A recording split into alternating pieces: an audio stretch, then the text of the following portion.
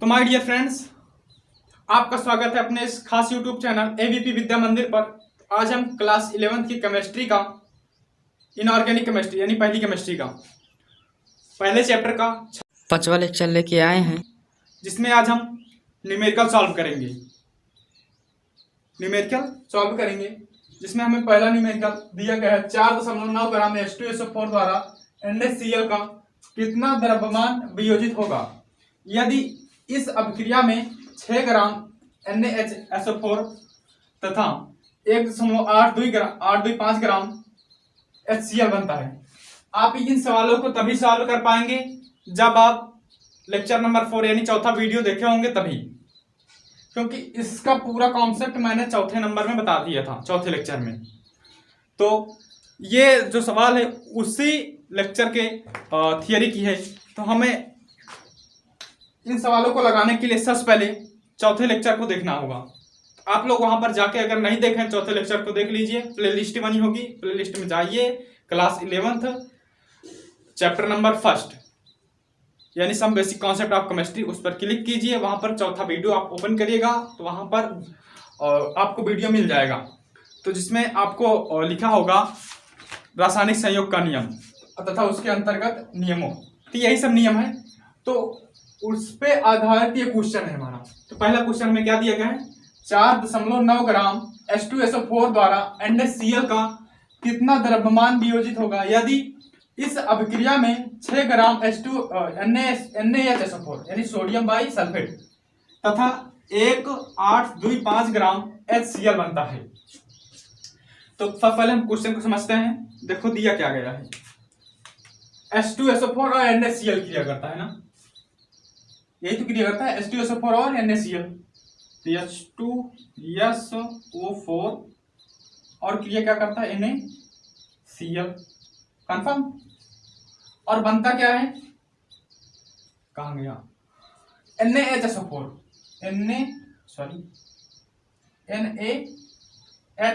NaHSO4 और क्या बनता है, और कहाँ गया, HCl बनता है ना। अगर इसका द्रव्यमान हम माने W1, तो W1 का द्रव्यमान, इसका द्रव्यमान कितना दिया गया है 4.9 ग्राम। इसका द्रव्यमान हमें पूछ रखा है। NaHSO4 का द्रव्यमान कितना दिया है 1.825 ग्राम। और HCl का नहीं सॉरी NaHSO4 का द्रव्यमान दिया है 6 ग्राम। कितना ग्राम, 6 ग्राम। और HCl का द्रव्यमान दिया गया कितना, तथा 1.825 ग्राम HCl बनता है ना। HCl का द्रव्यमान है 1.825 ग्राम। ठीक है, हमें NaCl का द्रव्यमान ज्ञात करना है। इसका द्रव्यमान ज्ञात करना है NaCl का। तो ये किसके नियम पर लगेगा, द्रव्यमान संरक्षण के नियम पर, जिसमें आपको देखो W1 क्या दिया गया है, W1 बराबर 4.9 ग्राम। W2 हमें निकालना है, W2 क्या करना है, फाइंड करना है, ज्ञात करना है। W3 दिया गया है, W3 क्या दिया गया है 6 ग्राम ना, ये 4.9 ग्राम।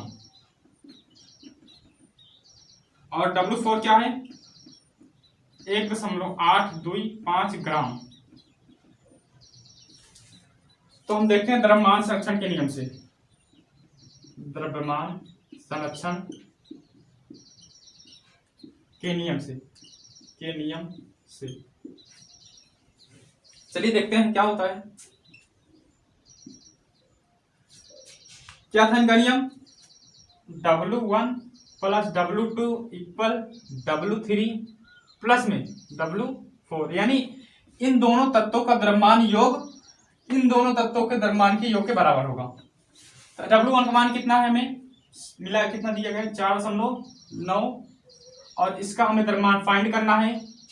और W3 का द्रव्यमान हमें कितना ज्ञात है 6 ग्राम, और W4 का द्रव्यमान कितना पता है 1.825 ग्राम। तो W2 निकाल लेते हैं, W2 इक्वल, ये जुड़ जाएगा 7.825, ये इधर जाएगा तो माइनस हो जाएगा, माइनस में 4.9 ग्राम। अब इसको माइनस करो, देखो तो कितना आएगा, घटाओ,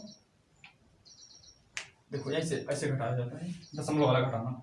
7.825 माइनस में यहाँ पर घटाया कैसे, दशमलव के नीचे दशमलव रहना चाहिए, 4.9 घटाना ना, 4 नीचे 9।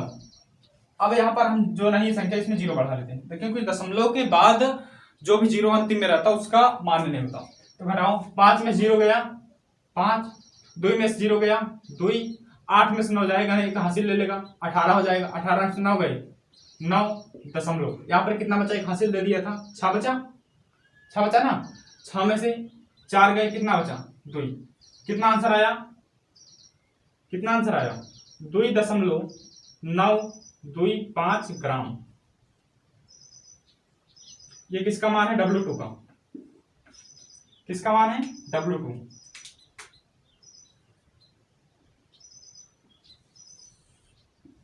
W2 का मान कितना आया, 4.925 ग्राम। नोट करिए, इसके बाद अगले क्वेश्चन पर चलते हैं।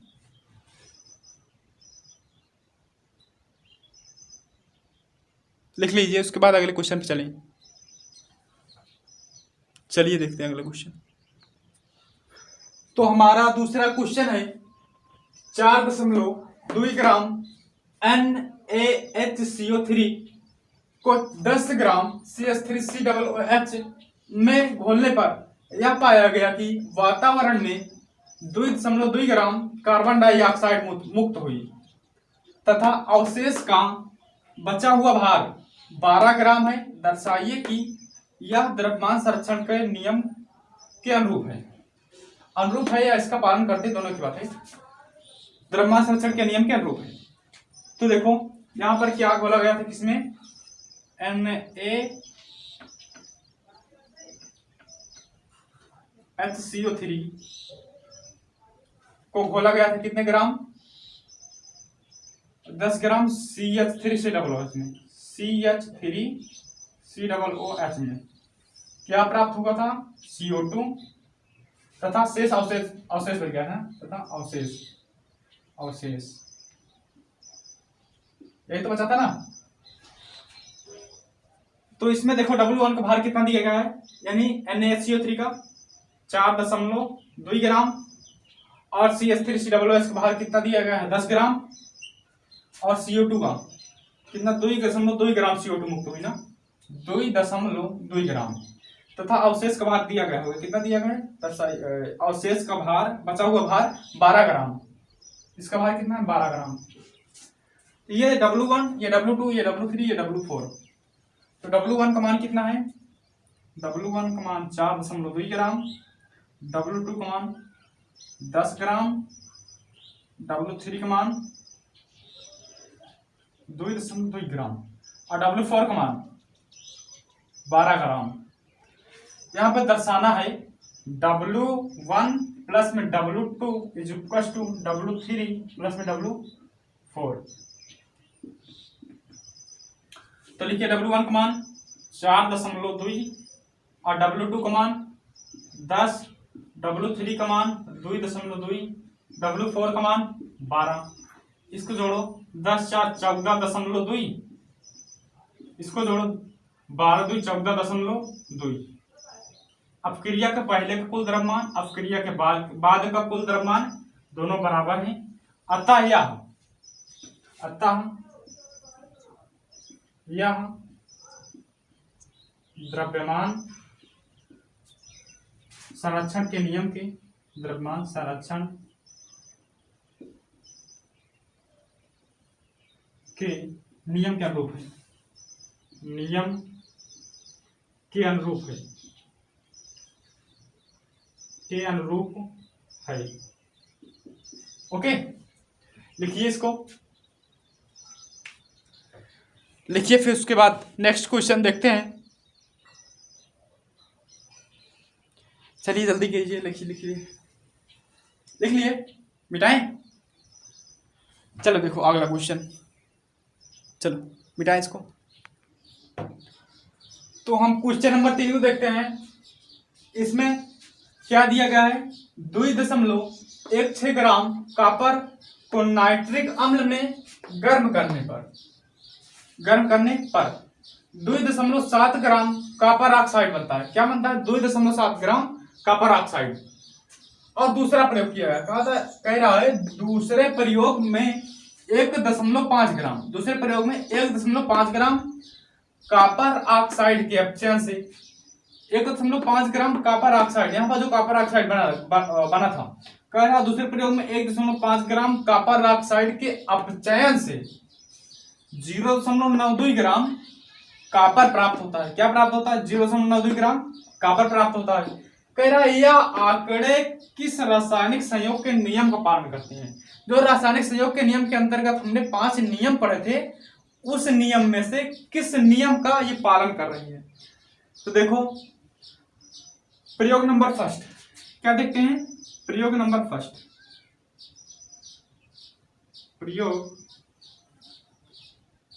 यहां पर ऐसे लिखो, पहला प्रयोग, क्या पहला प्रयोग। इसमें तो क्या किया है, 2.16 ग्राम कॉपर का हमें द्रव्यमान दिया गया है, और नाइट्रिक अम्ल के क्या दिया को नाइट्रिक अम्ल में गर्म करने पर इतना ग्राम कॉपर ऑक्साइड बनता है। कॉपर ऑक्साइड का द्रव्यमान दिया गया है और कॉपर का द्रव्यमान दिया गया है। तो कॉपर ऑक्साइड का द्रव्यमान हमें पहले प्रयोग में, दूसरा प्रयोग यहां से स्टार्ट है ना, पहले हम पहले प्रयोग को बात कर लेते हैं। तो कॉपर ऑक्साइड का द्रव्यमान कितना दिया गया है, कॉपर ऑक्साइड का द्रव्यमान कितना दिया गया हमें, देखो तो 2.7 ग्राम, 2.7 ग्राम ना। और देखो क्या दिया गया है, कॉपर का द्रव्यमान यहां पर में दिया गया 2.16 ग्राम कॉपर को, तो कॉपर का द्रव्यमान दिया गया है, कॉपर का द्रव्यमान कितना दिया गया है, 2.16 ग्राम ना।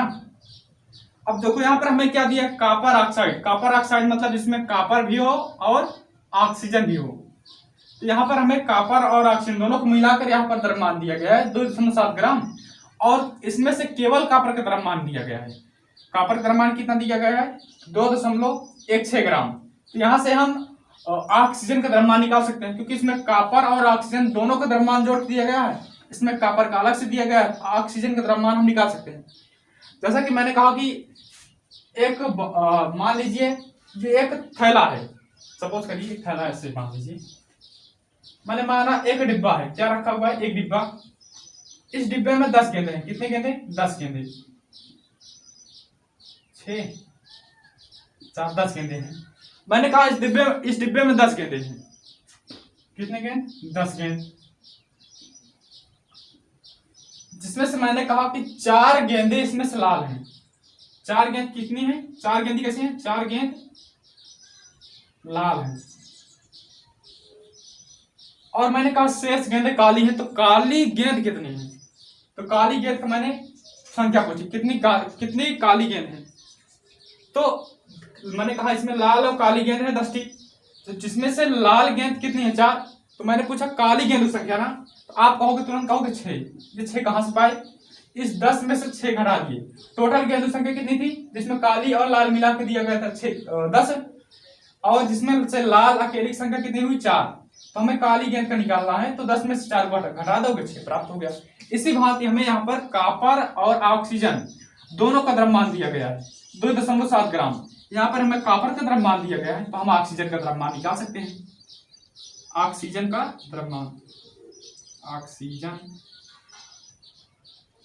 का द्रव्यमान कितना आएगा, देखो तो जरा, इसमें से इसको घटा दो, 2.7 माइनस 2.16 बराबर कितना आएगा, ये देखो घटाओ, ये आएगा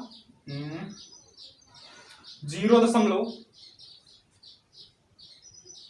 0.54 ग्राम, 0.54 ग्राम। कितना है? 0.54 ग्राम। अब यहाँ पर हम कॉपर और मतलब ऑक्सीजन और कॉपर का अनुपात निकालेंगे। इसमें जो कॉपर ऑक्साइड में जो कॉपर और ऑक्सीजन, इसका हम अनुपात निकालेंगे ऑक्सीजन और कॉपर का।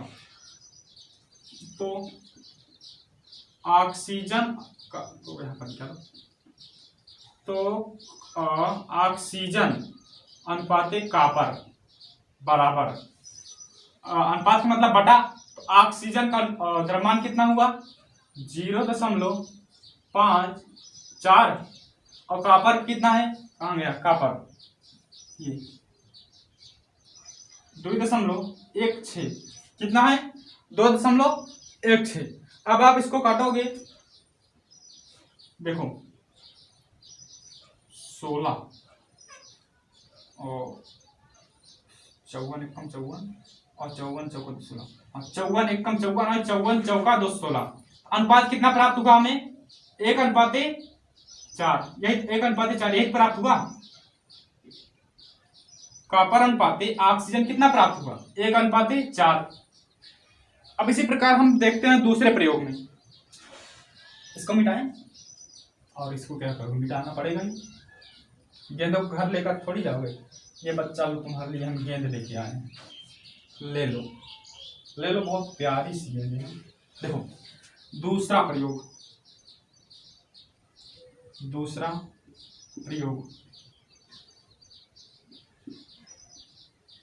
इसमें क्या किया था? दूसरे प्रयोग में 1.5 ग्राम कॉपर ऑक्साइड। कितना? 1.5 ग्राम। तो कॉपर ऑक्साइड का द्रव्यमान दिया गया है। क्या दिया है? कॉपर ऑक्साइड का द्रव्यमान कितना दिया गया है? 1.5 ग्राम। 1.5 ग्राम। और फिर क्या कह रहा है कि कॉपर ऑक्साइड के अपचयन से 0.92 ग्राम कॉपर प्राप्त होता है। कितना? 0.92 ग्राम। तो हमें कॉपर का द्रव्यमान दिया गया है। कॉपर का द्रव्यमान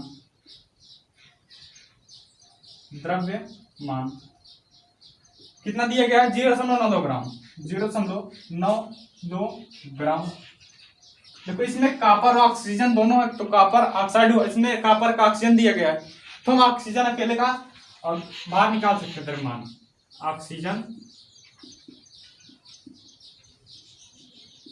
का द्रव्यमान कितना होगा? इसमें से इसको घटा दो, 1.5 माइनस 0.92, ये आएगा कितना? घटाओ,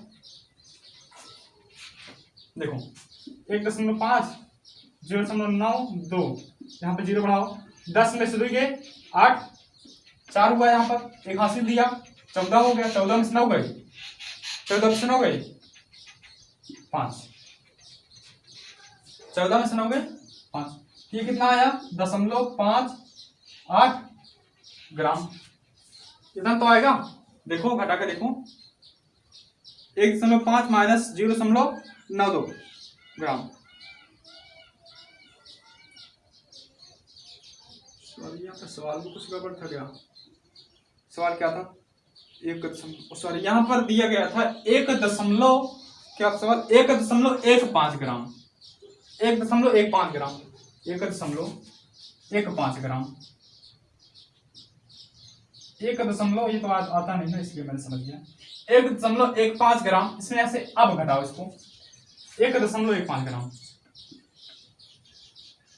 घटाओ, इसको 1 दिया, 15 हो गया, ये तो वैसे घट जाएगा। 5 में से 2 गए, कितना बचा? 3। और इसमें देखो ये इसको एक हासिल 11 में से 9 गए, कितना बचेगा? 2.23 ग्राम ना, 0.23 ग्राम आया। कितना आया? ऑक्सीजन का द्रव्यमान 0.23 ग्राम। अब हम यहां पर निकाल लेते हैं ऑक्सीजन और कॉपर का अनुपात। तो ऑक्सीजन और कॉपर का अनुपात देखो कितना आएगा। ऑक्सीजन कहाँ गया? .23 बटे कॉपर कितना है ये 92 ना, दशमलव कट गया। 23 एकम 23 को 92 कितना है 1:4। यहाँ पर देखो ऑक्सीजन और कॉपर का अनुपात देखो, इसमें भी बराबर है और इसमें भी बराबर है। ये एक तत्व था ना कार्बन डाइऑक्साइड कॉपर ऑक्साइड का, यहाँ पर भी एक कॉपर ऑक्साइड का तत्व था। तो दोनों में अनुपात कितना है 1:4। दोनों में जब किसी यौगिक का अनुपात जो होता है जब वो बराबर होता है, उसको हम मैंने बोला था ना, किसी भी विधि से क्यों ना प्राप्त किया हो, किसी भी स्रोत से क्यों ना लाया गया हो, जब उसका अनुपात उसका अनुपात बराबर होगा। यहाँ पर जब इसका अनुपात बराबर है तो ये कौन सा नियम हुआ, स्थिर अनुपात का नियम। अनुपात देखो दोनों को बराबर है, 1:4 यहाँ पर भी है, 1:4 यहाँ पर भी है। हाँ, अगर सपोज करिए यहाँ पर ऐसा होता, ये 1 होता, ये भी 1 होता, लेकिन ये 4 ना होता, ये कोई दूसरा और 4 के स्थान पे 6, 8, 10 कोई दूसरा होता, तो ये कहते कि पहले तत्व का द्रव्यमान सेम तथा दूसरे तत्व का द्रव्यमान भिन्न भिन्न। तो ये किसका नियम हो जाता, ये हो जाता गुणित अनुपात का नियम। लेकिन यहाँ पर पहले दूसरा जो दोनों का अनुपात है, यहाँ पर भी वही अनुपात है। इसका मतलब ये कौन सा नियम है, कौन सा नियम, स्थिर अनुपात का नियम। तो समझ में आया।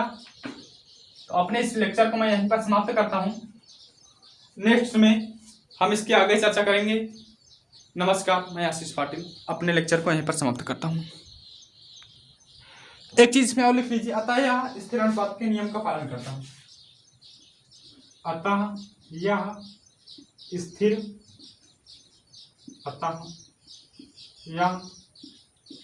स्थिर अनुपात के नियम का पालन करता है, अनुपात के नियम का पालन करता है,